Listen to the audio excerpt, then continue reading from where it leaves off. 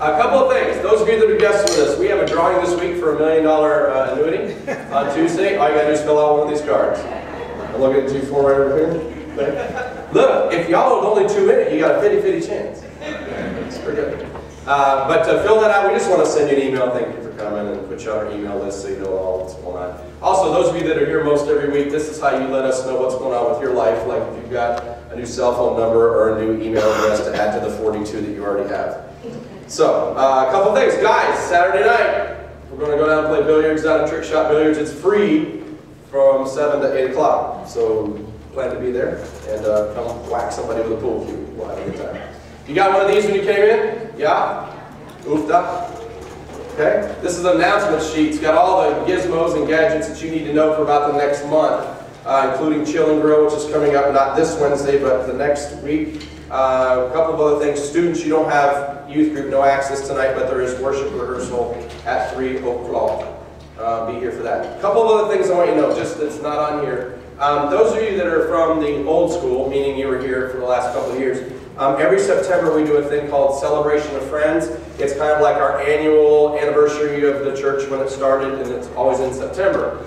And it's a big picnic on the grounds with, we provide chicken and you bring in a carry-in dinner. We're going to do that again. It's going to be on September the 13th. It's a Sunday, the first Sunday after Labor Day. About the time maybe you'll show up. Okay? But the deal is, we have a guest day, which we call Friend Day. And we're going to do Friend Day and Celebration of Friends the same day. So it's a great excuse for you to bring a friend. And we're going to have one worship service at 10 o'clock. Okay? So if you'll notice what's going on with our attendance and our numbers, this room will be packed. And that's because our 9 o'clock and 10:45 will be here. The Spanish ministry will be here. The Tuesday night college group is going to be here. And our brothers and sisters from the Seventh-day Adventist Church are invited to attend. So you're going to need to get here early and fight for a front row seat because people will be lined up out the back. But we're going to have, the dinner will be that day. So the guests that you bring, stay for chicken. The rule is if you don't bring a friend, you won't get no chicken. But that's on September the 13th, so plan to be a part of that. You got one of these little white postcards, got Colin and Stacy's address on it, right? When you came in? Yeah?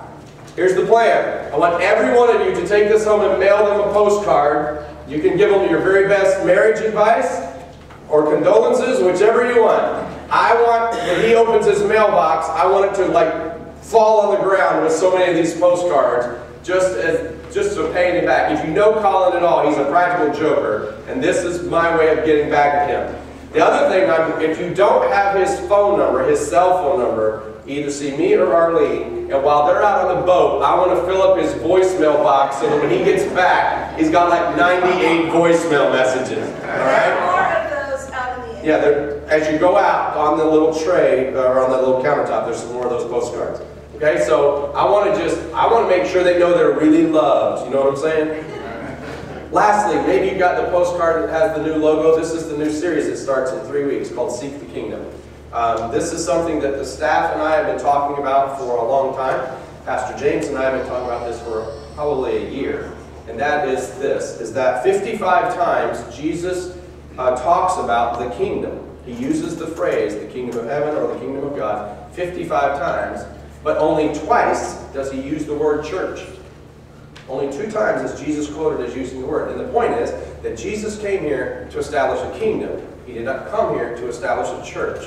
And so we are going to spend a long time talking about what it is to be citizens of the kingdom, to be part of the kingdom of God. And we'll probably be in this maybe for a year. But that starts 3 weeks from today, the day before school starts. Both of you are excited. Yay! Yeah, I was going to say, where are the parents? We're the ones that ought to be overjoyed. But plan to be a part of that day, and we'll start the new series. And bring a friend. It's an opportunity. I can tell you, it's stuff that, in a way, I'm kind of scared to teach. I really am, because I've spent a lot of time on this over the summer, and just some of the things that Jesus teaches, that what the kingdom is like, are going to be a real stretch for us, particularly as Americans, for us to understand what it is to be a person of the kingdom. We are in Matthew chapter 6, which is on what page in the Pew Bible? Anybody have it there? think it's on page 684. Matthew chapter 6. We are in the study called 3 Pages, and the idea is the 3 pages of the Sermon on the Mount, how it impacts our life, maybe more than any other teaching, any place. Such a concise chunk of what Jesus taught radically changed the world. And so today we're going to talk about, we're at chapter 6, beginning at verse 1, and we'll be here for the next 3 weeks, or the next 3 Sundays, and that's because we need to be a giving church, a praying church, and a fasting church. And today we're going to talk about giving. Part of what I'm going to share with you today is going to get me in trouble with my parents, because they will be watching my way of YouTube. And the reason I say that is because some of what I was taught as a kid is not wrong, but when I look at the teachings of Jesus in its entirety, maybe I'm seeing something that my parents and I won't agree on. And so, Mom, I'm telling you now, please don't send me an email. Okay? And that has to do with this idea of rewards. I was taught growing up, and there is biblical proof to validate this, that when we all get to heaven, we all get the same thing, and that there are not rewards. That there are not people who are going to get 48 million this, and you and I get 3 of that. I was taught that, and I think there's biblical support for that. However, there's also biblical support for the idea that there are rewards both in heaven and on earth. Okay? Now, if you are a theological person and you want to debate this, go talk to somebody else, because I don't want to debate it. All I want to do is tell you what this says and stick to this, okay? Because I'm not about arguing and debating. That's just not my thing. Because my wife will tell you I'm always right. So, Matthew 6, verse 1 says, "Be careful not to do your acts of righteousness," or we would use the term your religious things, "your acts of righteousness before men to be seen by them." It doesn't say don't do them before men. It says don't do it to be seen by them. So if you do, then you will have no reward from your Father in heaven.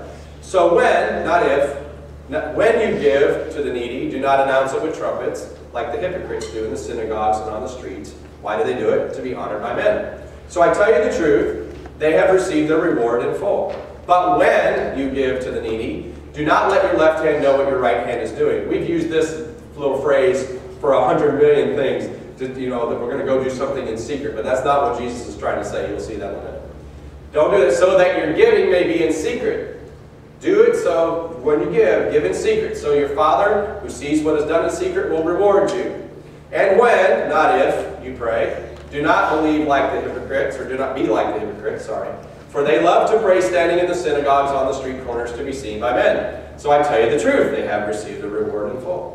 But when you pray, go into your room or your closet, some texts say, close the door and pray to your Father who is unseen. And then your Father, who sees what is done in secret, will reward you. Verse 16 says, when, not if, you fast, do not look somber like the hypocrites do, for they disfigure their faces and they show men they are fasting. So I tell you the truth, they have received their reward in full. There are things that we do that we are going to receive a reward for. So what is the proper place for reward in the life of a Christian? Is there a proper place? And hopefully we'll talk about that in the next couple of minutes. You guys remember this song? You better watch out, better not cry, better not cry, tell me why. What? Santa Claus is coming. He sees you when you're sleeping. He knows when you're awake. He knows if you've been bad or good, so for goodness sake. That's what I was taught. That was enough of a reward. That's what my parents taught me. That's how I was raised. Whether or not God rewards you is irrelevant. It's just good enough just to be good, because it's good to be good as opposed to not good. That was the way I was raised that way.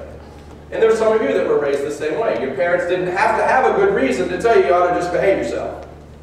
Because behaving yourself and being good had its own reward. That's what we were taught, true? But Jesus is trying to say, yes, however, there are rewards for being good, both from people and from Him, from God. So that's what we're going to talk about this quickly. Jesus said that there's a right way to give, a right way to pray, and a right way to fast. So if you have a right way, that means there's also a wrong way. A wrong way to give, a wrong way to pray, and a wrong way to fast. And some are like, that doesn't make any sense. Well, again, when we tie all this together, what we've been learning through the Sermon on the Mount, when you tie it all together, it'll start to make sense. Here's why. It's natural for us as people that if we